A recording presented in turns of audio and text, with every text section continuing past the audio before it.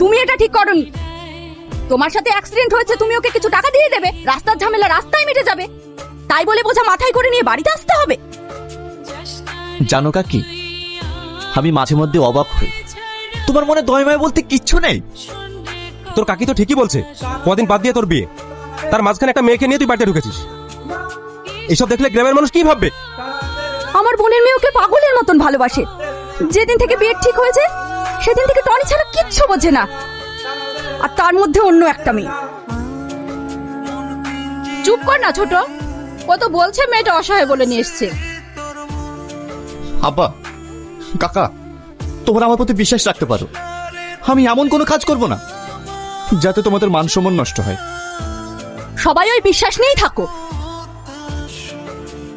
ও একটা মেয়ে নিয়ে চলে আসলো আর তুমি কিচ্ছু বললে না। এই বিয়ে নিয়ে যদি অশান্তি হয় আমি কিন্তু কাউকে ছেড়ে কথা বলবো না। আরে চুপ করো না, আমি আসি তো। কি হয়েছে খালা? কোথায় ছিলি তুই? একটু শপিং এ গিয়েছিলাম। ওয়াই করে বেড়া, এদিকে টনি বাড়িতে এসছে, সাথে করে একটা মেয়েও নিয়ে এসছে, সেদিকে তোর কোনো খেয়াল আছে? কি? হ্যাঁ, আবার ইয়াসিনের মুখে শুনলাম মেয়েটাকে নাকি ও ভালোবাসে।